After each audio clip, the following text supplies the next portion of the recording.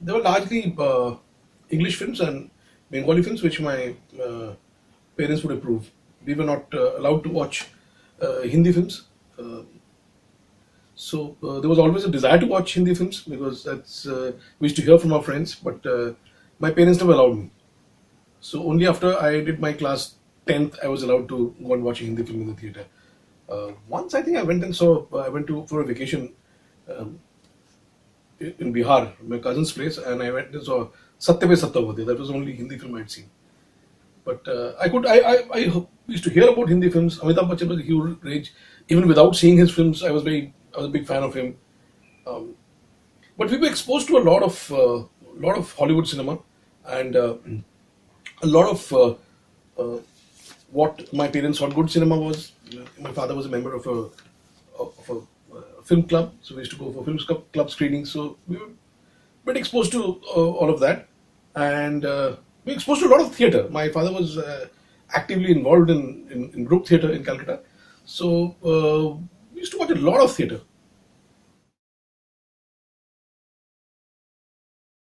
Interesting still photography also. How it happened is I always wanted to paint. I was it was something I was always wanting to do, but I didn't know how to. I mean, that there is a technique to painting we were taught in school, but not really that well. So this desire to paint was always probably hidden inside. And then when I got a camera, uh, dad gifted me a camera, and suddenly I realized that you can create an image, you can create a picture that's your own. It was like a discovery for me that I could have my own picture. So there came the interest in photography, and as I got interested, I learned. I was learning how much more you can do, how many different ways you can express yourself. So I really took to it. Having said that, it was not very easy. Photography was not a inexpensive hobby those days because films were difficult to get. So we used to go and buy cut films from the local studio, and you from our pocket money used to save and probably afford once in a month or two we could afford to expose one roll of film. So I mean I would have wanted to do more photography, but it was not economically viable.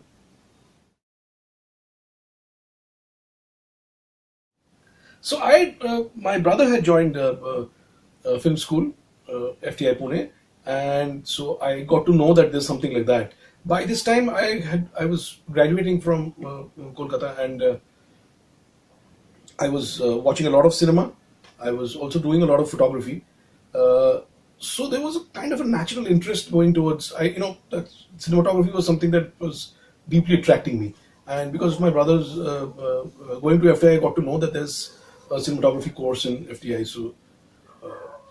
So I was targeting for that. Yeah. So I mean, I didn't really train before going to FTI. I was to take pictures and see films and read about films as much as I could. And then the real training I think started once I went to FTI.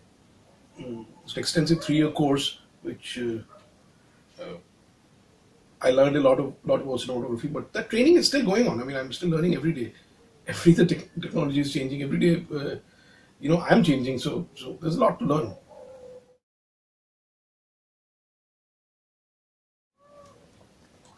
I personally have not assisted anyone. At a time when I had to take the decision that whether I stay back in Bombay and I assist some senior DOPs, or I go back to Kolkata and do some independent work. Independent work probably for me at that stage was easier to find in Kolkata. I did that because I thought I would grow more by doing independent stuff. Having said that, I mean, it's also you can learn a lot by assisting. I wish I'd assisted somebody. I would have. By the time I was doing my first feature film, I was really feeling that I don't have experience, and I wish I had assisted someone to get more hang of things. So this is something that I had to learn on my own. For me to choose a script, I don't know. I uh, when I read a script, I kind of see a film, and that film that I see, if it's a film that I enjoy watching, then I do it. If I mean, but then I also am interested in a lot of films, and uh, in a lot of films, the content might interest me, but they may not be much for me to do. I'm also looking at opportunities of where I can push my craft, where I can expand my ideas. So one is also looking at those things. But yeah, instinctively, if the script excites me, then I do it. But people like us who do only cinematography for a living, I'm giving you a very practical side of it. It doesn't it always isn't possible for me to choose a script and say that okay, fine, I have got 5 scripts or 10 scripts and I pick up this one. That always doesn't happen. One film gets over and I have to pick up another film because I need to earn my livelihood from this. So what happens is when one film gets over, and you have to look for what are the films available. And I mean, not that all the time you get a choice. Probably now I get little more choice. In the earlier stages of your career, you have to do what you have to do. The thing is that because of the situation you're in, you're probably having to do a film because there is no other choice. And I have also quite often done films which I thought were not great scripts, but I had to do because I had to earn a living. Uh, what I do is, I even if I don't like the script tremendously, I try and believe in it as much as possible. I look at how I can make it better, how I can make it visually very striking, and I sincerely work at that.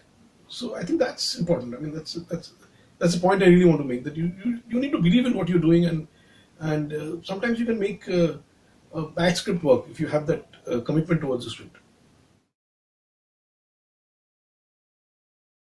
So this was my first film project was many years back.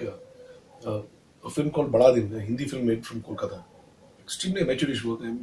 I, I find it very embarrassing to talk about it. Also, just such an amateurish attempt. But I was in Kolkata, and there's this singer filmmaker Anjan Dotto who was doing his first film, and we had met, and he was looking for a young cinematographer to shoot it. So he asked me, and I did it. I mean, I was I just passed out of the institute, and it's a very low budget film, and it was a great learning experience. I mean, people would just cinematographers today they would young cinematographers today would find it incredible how we shot that film. There was no video assist. We were shooting on CinemaScope without de-anamorphic eyepiece. So I mean, what I was seeing was a squeezed image on the eyepiece, and it was an old defunct 2C camera. I don't know how we managed to shoot this film, but it was great. It was so exciting. To me, at that point of time, it was the most important thing that I was doing, no matter how embarrassed I am about it today.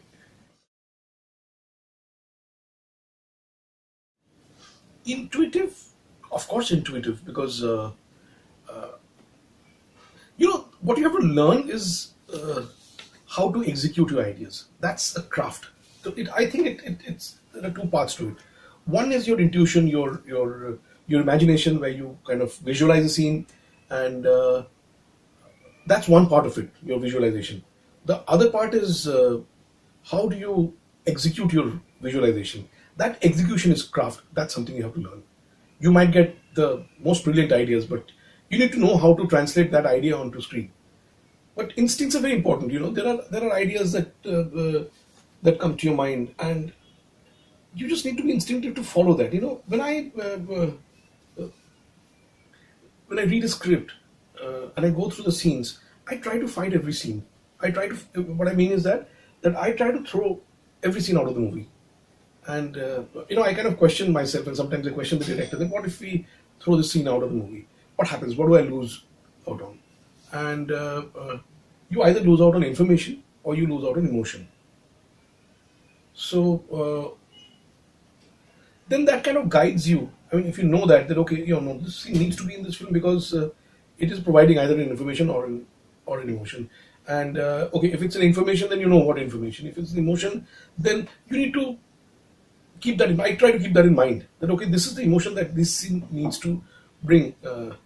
Now, when I'm shooting the scene, necessarily you don't have to remember that and try to.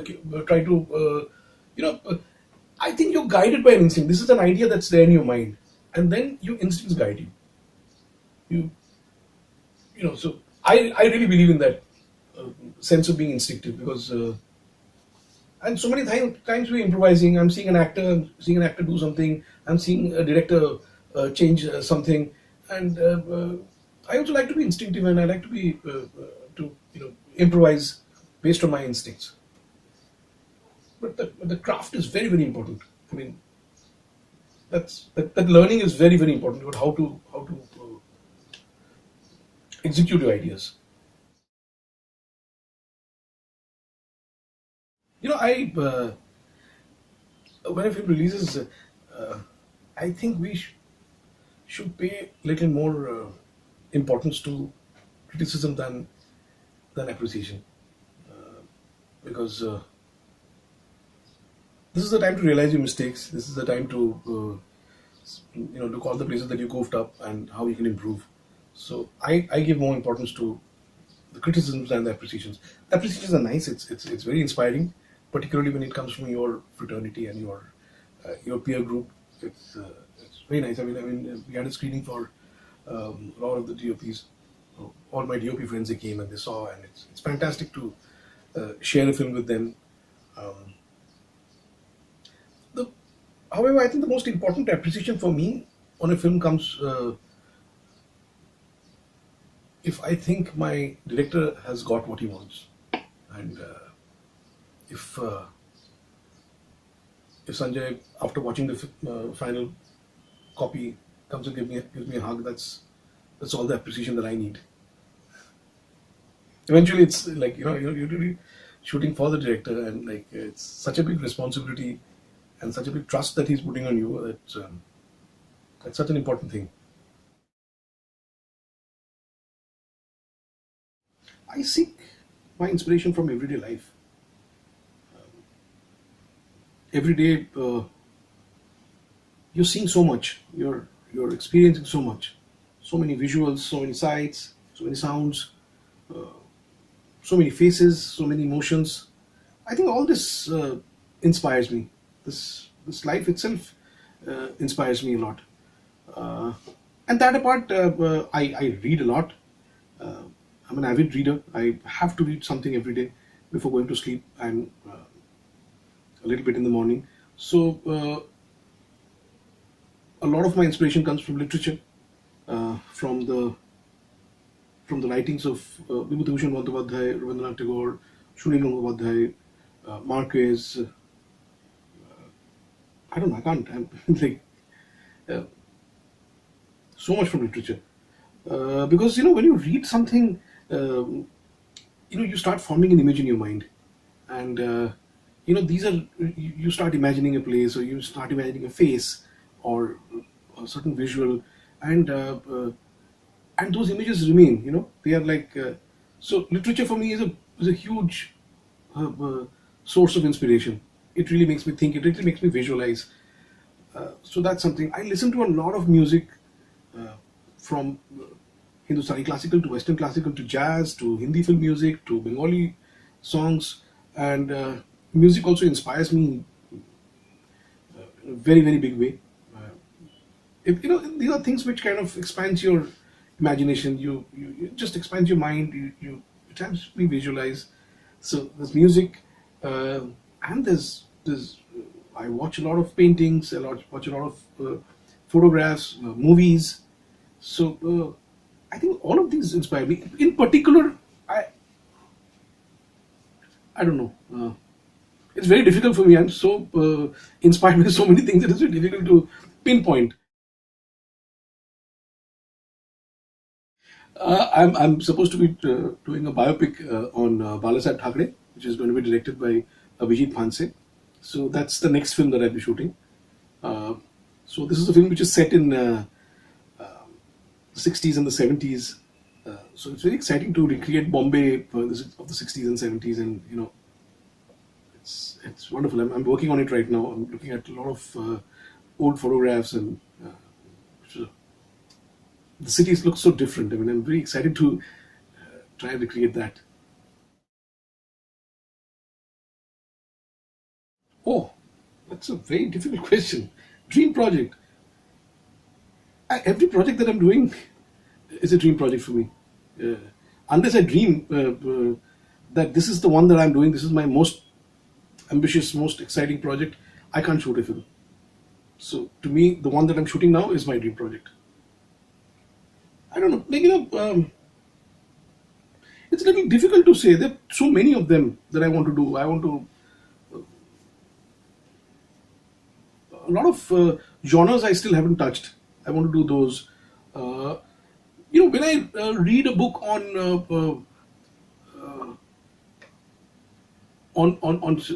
Ram Ki Bage's life, or Vibhuti Bhushan's life, or Rabindranath Tagore's life, or Chaplin's life, these are very very exciting minds which uh, had grown to that extent because of what the world they experienced, the kind of experiences they had in their life.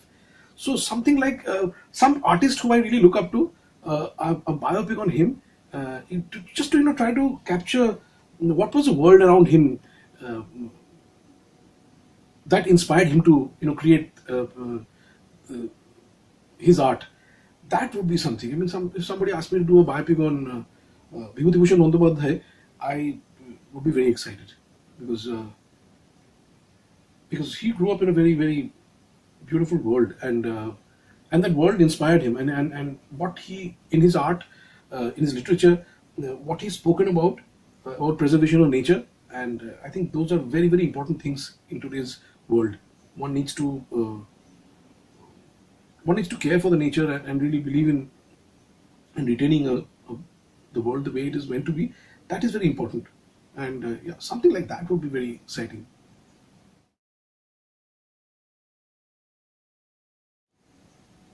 Most memorable blunder, so I am doing blunders every day like, on the shoot. A lot of it is seen on screen, a lot of it is not seen. We kind of try and make up, but even if you see Padmavat, there's a whole lot of blunders, a whole lot of things. When I look at it, I know there are blunders. I cringe. There's one sequence where Gora Singh there's a confrontation between Padmavati and Gora Singh on the bank of the pond, and it's a night exterior scene, and for the wide shot, the position of the moon box on the crane is fine. For Deepika's angle, it's fine, but for Gora Singh's angle, I wished I'd moved the crane on the other side, and there was no time. I couldn't do it, and so these are blunders. Everything is like there are so many blunders that you do.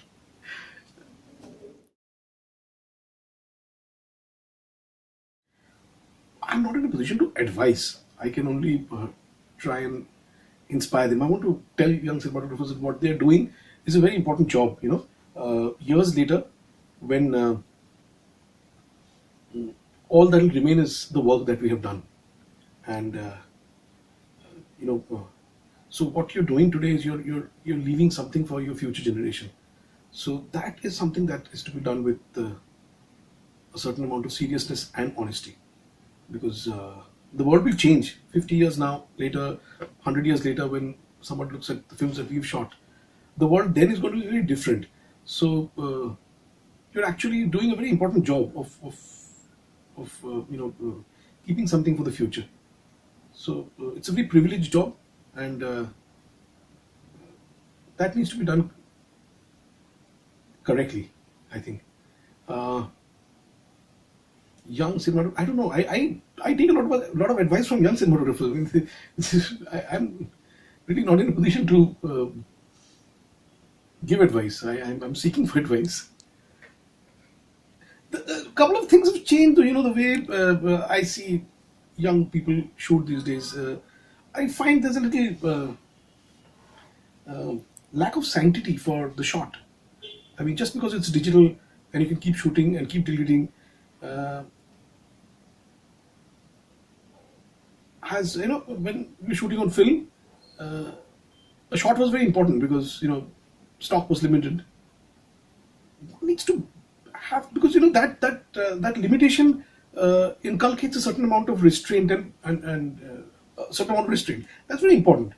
When as a young photographer, when I was shooting, doing my amateur photography, this, film stock was so limited that you used to get one roll of 36 shots, and you know, so each frame was very precious. So when I would shoot, we would think behind, put a lot of thought behind if this shot is right or not. Maybe a little here, maybe change the lens. And you put some thought into taking that one shot, because that one shot was really precious. That in today's time has become a little diluted, and it's good in a way that you're getting more options, you're getting more chances to shoot. You know, but what is going away is a little thought that used to go behind the shot. That's something I'd like people to think about.